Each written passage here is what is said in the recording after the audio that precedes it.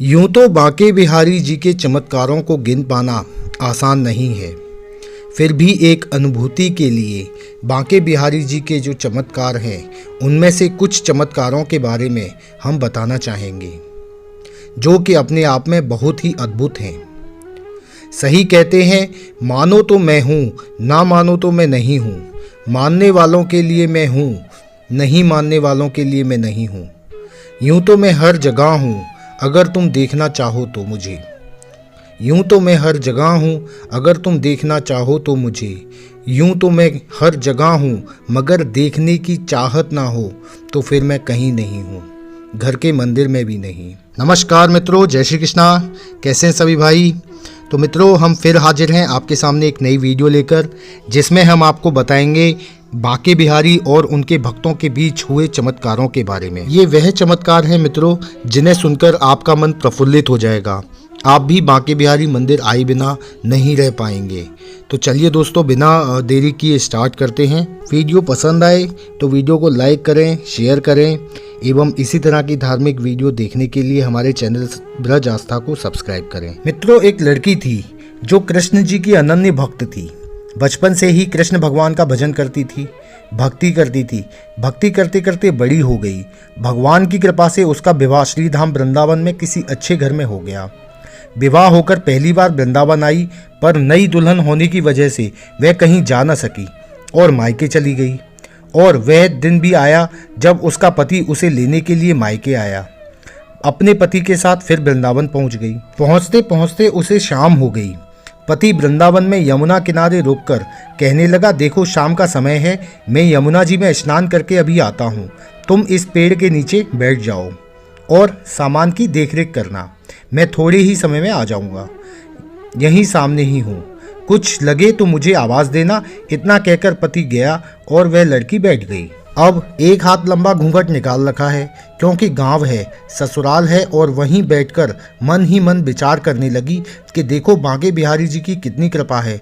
उन्हें मैंने बचपन में भजा और उनकी कृपा से मेरा विवाह श्रीधाम वृंदावन में हो गया। मैं इतने वर्षों से ठाकुर जी को मानती हूँ, परंतु अब तक उनसे कोई रिश्ता नहीं जुड़ा। फिर सोचती है, ठाकुर जी की उम्र क्या होगी? लगभग 16 वर्ष के होंगे। मेरे पति 20 वर्ष के हैं, उनसे थोड़े ही छोटे हैं, इसलिए मेरे पति के छोटे भाई की तरह हुए और मेरे देवर की तरह। तो आज से ठाकुर जी मेरे देवर हो गए। अब तो ठाकुर जी से नया संबंध जोड़कर प्रसन्न हुई और मन ही मन ठाकुर जी को कहने लगी, देखो ठाकुर जी, आज से मैं तुम्हारी भाभी और तुम मेरे देवर हो गए। अब वह समय कब आएगा जब तुम मुझे भाभी भाभी कहकर पुकारोगे? इतना सोच रही थी, तभी एक 10 से 15 वर्ष का बालक आया और उस लड़की से बोला, भाभी भाभी। लड़की अचानक अपने भाव से बाहर आई और सोचने लगी कि वृंदावन में मैं तो नई आई हूँ, यहाँ भाभी कहकर कौन बुला रहा है? नई थी इसलिए घूंघट उठाकर नहीं देखा कि गांव में किसी बड़े बूढ़े ने देख लिया तो बड़ी बदनामी होगी। अब बालक बार बार कहता और वो उत्तर नहीं देती। बालक पास आया और बोला, नेक अपना चेहरा तो दिखाई दे। यह सुनकर वो और कसकर घूंघट पकड़ कर बैठ गई। फिर उस बालक ने जबरदस्ती घूंघट उठाकर देख लिया। थोड़ी देर में उसका पति आ गया। उसने सारी बात अपने पति से कही। पति ने कहा, तुमने मुझे आवाज़ क्यों नहीं दी? बोली, वह तो इतने में भाग ही गया, बस मैंने उसका चेहरा देखा। पति बोला, चिंता मत कर, वृंदावन बहुत बड़ा थोड़ी है, कभी किसी गली में वो लड़का मिल गया तो उसकी हड्डी पसली एक कर दूंगा, फिर कभी ऐसा नहीं कह सकेगा। तुम्हें कहीं दिखे तो मुझे जरूर बताना। फिर कुछ दिन बाद उसकी सास ने अपने बेटे से कहा, बेटा देख, तेरा विवाह हो गया है, बहू मायके से भी आ गई है, तुम दोनों बांके बिहारी जी के दर्शन के लिए क्यों नहीं जाते? कल जाकर बहू को दर्शन करा के लाना। अगले दिन दोनों पति पत्नी ठाकुर जी के दर्शन के लिए मंदिर जाते हैं। मंदिर में बहुत भीड़ थी।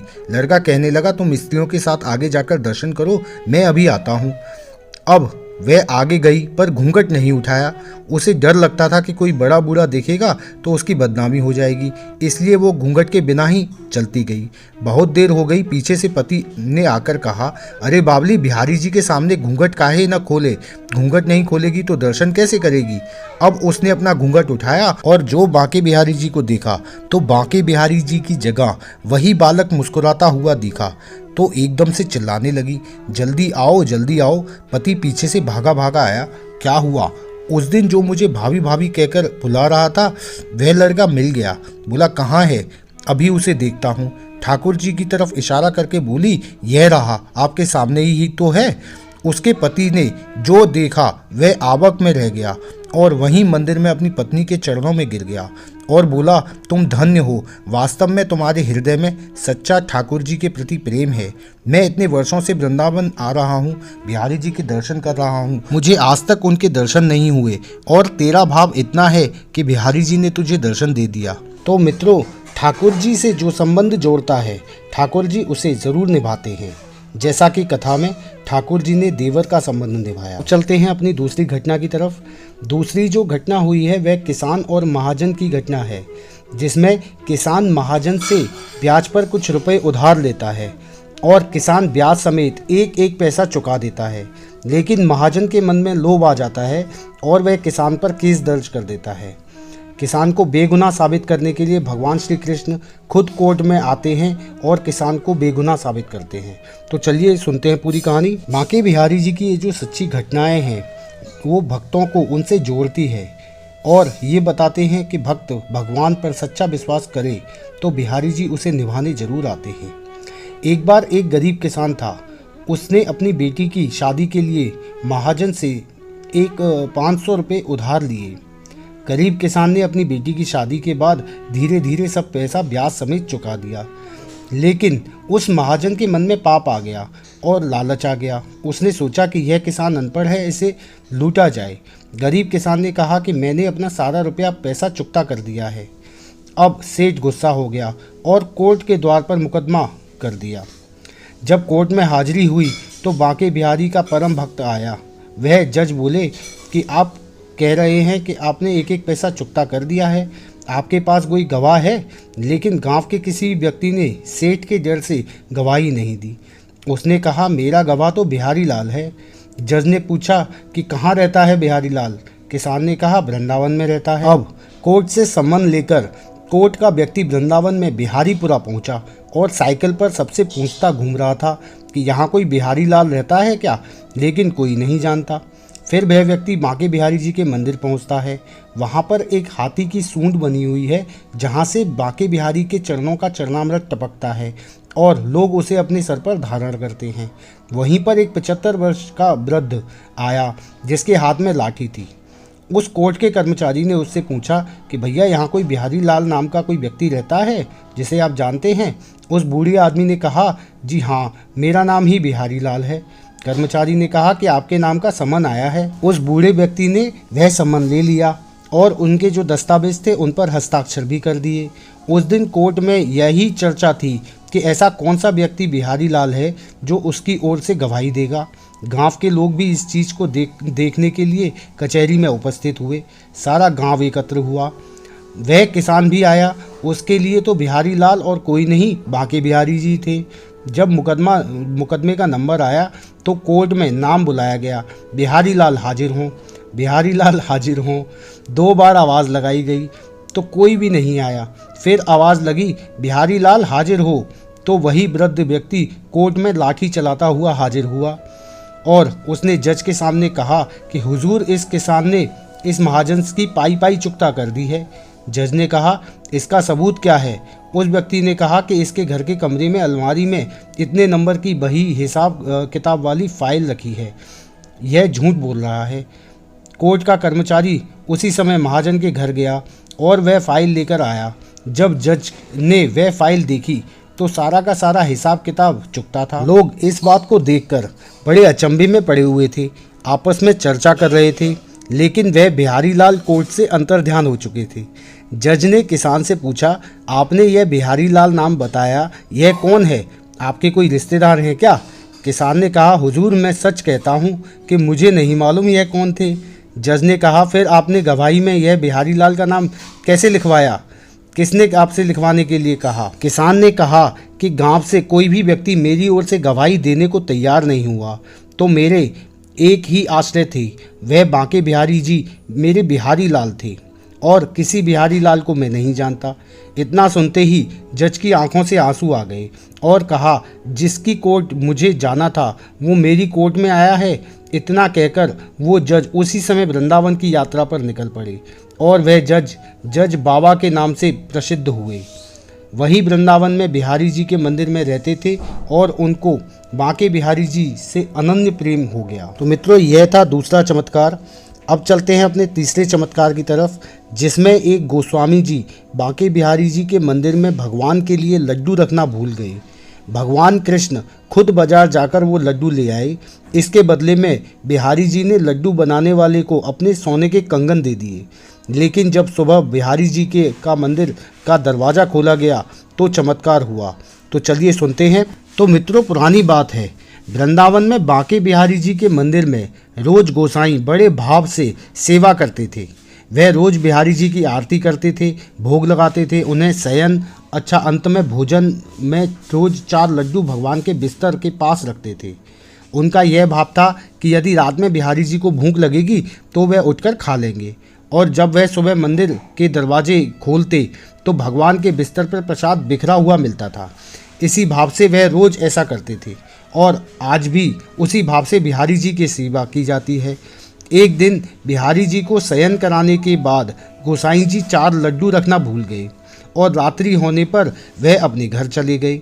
बाबा की दुकान खुली थी, वह घर जाने वाले थे, तभी एक छोटा सा बालक आया जिसकी मोटी मोटी कजरारी आंखें थीं और घुंघराले बाल थे। सुंदर श्याम वर्ण का था। वह बालक कहता है कि बाबा, ओ बाबा, मोको बूंदी के लड्डू दे। बाबा ने कहा, लड्डू तो खत्म हो गए, अब तो मैं दुकान बंद करके जा रहा हूँ, तू कल आना, जितने चाहिए उतने दे दूंगा।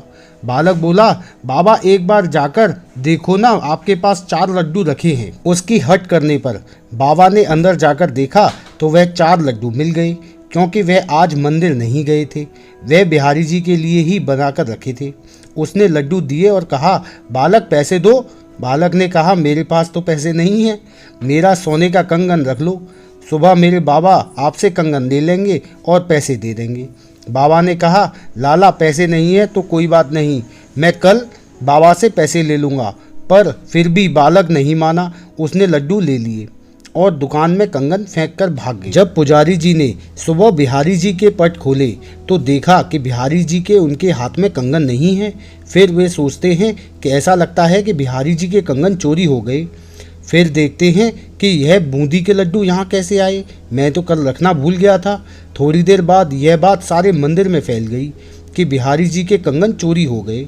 सारे वृंदावन में हल्ला हो गया, बांके बिहारी के कंगन चोरी कर लिए गए हैं। जब यह बात उस दुकान वाले को पता लगी तो वह दौड़ा दौड़ा गोसाई जी के पास आया और बोला कि भैया, क्या यह वही कंगन है? गोसाई जी ने तुरंत पहचान लिया, बोले, हाँ हाँ भैया, यह वही कंगन है, पर यह तुम्हारे पास कैसे आए? दुकानदार बोला, कल रात को आप बिहारी जी का प्रसाद लगाना भूल गए थे ना? उस गोसाई ने कहा, हाँ भैया, मैं भूल गया था, पर बात क्या है आप बताइए ना। दुकानदार ने कहा, एक छोटा बालक कल मेरी दुकान में आया था और बूंदी के लड्डू लिए और चला गया। जैसे ही यह बात गोसाई जी ने सुनी तो उनकी आंखों से आंसू आने लगे। बोले, बिहारी जी खुद आपके पास लड्डू लेने के लिए आए थे और खुद के मन में आया कि हाय हाय, ये मैंने क्या कर दिया, मैं कैसे कल लड्डू रखना भूल गया, इतना स्वार्थी मैं कैसे हो सकता हूँ। दुकानदार से कहते हैं, जो बालक आपकी दुकान पर लड्डू लेने आया था वह कोई और नहीं, अपना सांवला सलोना श्री बांके बिहारी जी ही थे। इस तरह से भगवान आज भी रोज लीला करते हैं और भगवान कहते हैं कि भक्ति में अगर कोई भक्त सेवा करना भूल जाता है तो मैं उसे खुद पूरा कर लेता हूँ। तो मित्रों, ये अभी 3 सच्ची घटनाएं हमने आपको सुनाई हैं जो कि बांके बिहारी जी और उनके भक्तों के बीच में हुई हैं। ऐसी ही और घटनाएं सुनने के लिए, कहानी सुनने के लिए आपके कमेंट का हमें इंतज़ार रहेगा। आपके कमेंट आएंगे तो हम एक अगली वीडियो भी बनाएंगे जिसमें इसी तरह की और बांके बिहारी जी की कहानी हम आपको वीडियो के माध्यम से बतलाएंगे। यह वीडियो देखने के लिए आपका बहुत बहुत धन्यवाद। यह वीडियो आपको हमारी कैसी लगी हमें कमेंट करके अवश्य बताएं। वीडियो अच्छी लगी हो तो वीडियो को लाइक करें, अपने दोस्तों के साथ शेयर करें और दोस्तों इसी तरह की वीडियोस देखने के लिए हमारे चैनल ब्रज आस्था को सब्सक्राइब कर लें। फिर मिलेंगे दोस्तों अगली वीडियो में, तब तक के लिए जय श्री कृष्णा, जय श्री राधे, नमस्कार।